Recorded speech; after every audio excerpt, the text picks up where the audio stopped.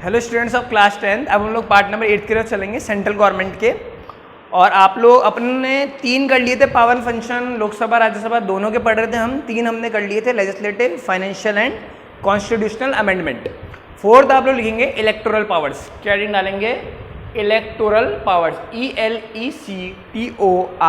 Electoral, POWER, power, electoral power. Electoral मतलब मतदान करने की क्षमता, है ना, मत देने की, वोट देने की। अब वोट देने की क्षमता कहाँ है लोकसभा राज्यसभा के? प्रेसिडेंट और वाइस प्रेसिडेंट के जो चुनाव होता है, मैंने आपको पहले बताया था, उसमें पब्लिक डायरेक्टली वोट नहीं करती, उसको लोकसभा और राज्यसभा के मेंबर ही चुनते हैं दोनों को, है ना। तो इसमें आप लोग ये बात ध्यान रखेंगे, वही मर्ज करना है पॉइंट अपन को। तो इसमें आप लोग लिखिए इलेक्टोरल पावर में elected members, ELECTED, elected members of the Rajya Sabha and the Lok Sabha, elected members of the Rajya Sabha and the Lok Sabha participate in the election of the President and Vice President. Elected member of the Rajya Sabha and the Lok Sabha participate in the election of the President and Vice President. ठीक है, president हो, राष्ट्रपति या उपराष्ट्रपति, भारत के दोनों जो post हैं, इनके चुनाव में भाग कौन लेता है? Elected member of Rajya Sabha and Lok Sabha. ठीक है, ये इनमें पार्ट लेते हैं। ठीक है, तो ये इनकी इलेक्टोरल पावर थी। आपका 4th पॉइंट पूरा हो गया। 5th पॉइंट लिखिए। 5th पॉइंट इसमें लिखिए, Rajya Sabha together with Lok Sabha, Rajya Sabha together with Lok Sabha can impose a grand acquisition on the president, the supreme court जजेस and some officials. The grand acquisition on the president, the supreme court जजेस and some officials. ये आप लोगों के page number 92 पे जब miscellaneous powers लिख रहे हैं ना, उसमें 3rd पॉइंट है। Rajya Sabha together with the Lok Sabha can impose a grand acquisition on the president, the supreme court जजेस and some officials. The resolution of impeachment is considered passed only when both houses accept this type of proposal. Only when both houses accept this type of proposal. ये आप लोगों ने पढ़ा हुआ है। ठीक है, इम्पीचमेंट मैंने कल ही आपको बताया था, कल पार्ट नंबर 6 में, है ना, कि वो ग्रैंड एक्विजिशन, कोई है ना बड़ा आरोप अगर प्रेसिडेंट और वाइस प्रेसिडेंट पर लगता है तो वो कैसे हटते हैं? इम्पीचमेंट की प्रोसेस से। नहीं, सॉरी, वाइस प्रेसिडेंट नहीं, प्रेसिडेंट, इम्पीचमेंट की प्रोसेस से। देखिए, वाइस प्रेसिडेंट भी हटता है ना, वैसे ही बिल्कुल सेम प्रोसीजर है, बस फर्क इतना कर रखा है हमारे कॉन्स्टिट्यूशन ने कि उसका नाम इम्पीचमेंट नहीं रख रखा। तो इसलिए मैं ये पॉइंट आपको अलग लिखाऊंगा। हमने ये पॉइंट लिखा, इसमें कहीं भी वाइस प्रेसिडेंट का नाम नहीं आया, अगले पॉइंट में वाइस प्रेसिडेंट का नाम आ जाएगा, लेकिन इम्पीचमेंट कहीं भी नहीं आएगा।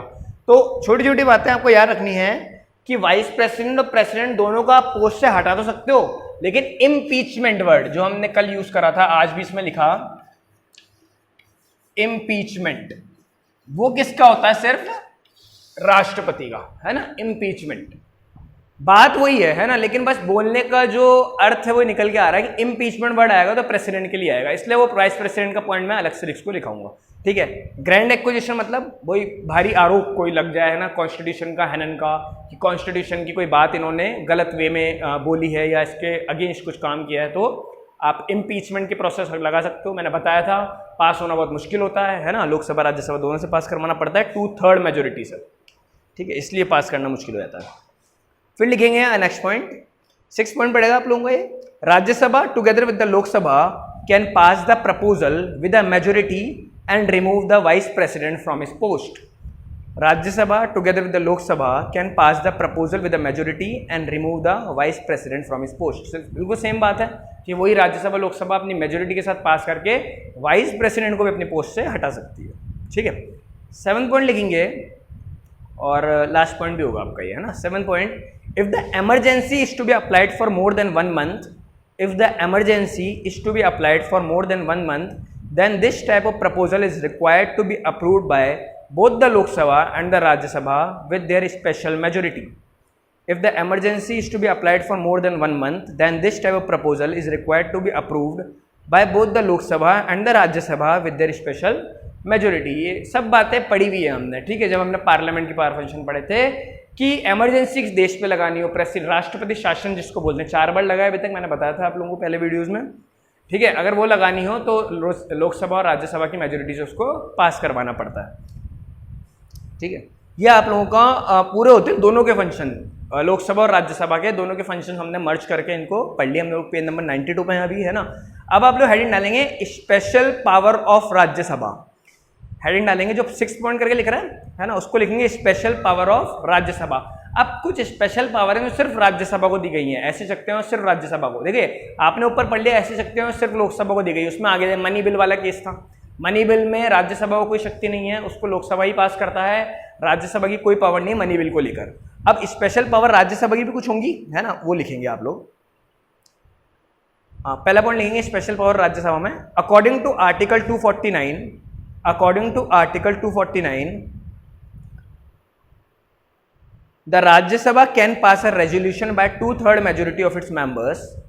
According to Article 249, the Rajya Sabha can pass a resolution by 2/3 majority of its members for declaring a state list subject as a subject of national importance. According to Article 249, the Rajya Sabha can pass a resolution by 2/3 majority of its members for declaring a state list subject as a subject of national importance. अब देखिए ये बात क्या है, कल मैंने आपको बताया था कि हमारे देश में सब्जेक्ट्स बटे हुए हैं, किस पे कानून कौन बनाएगा, फेडरल लिस्ट है, यूनियन लिस्ट यानी कि जो केंद्र सरकार कानून बनाएगी, स्टेट बनाएगी, और कंकरेंट लिस्ट में दोनों बना सकते हैं।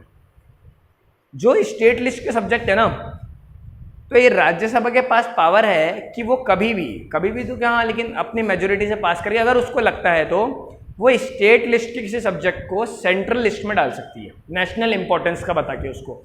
जैसे गवर्नमेंट ने करा है, एजुकेशन है ना,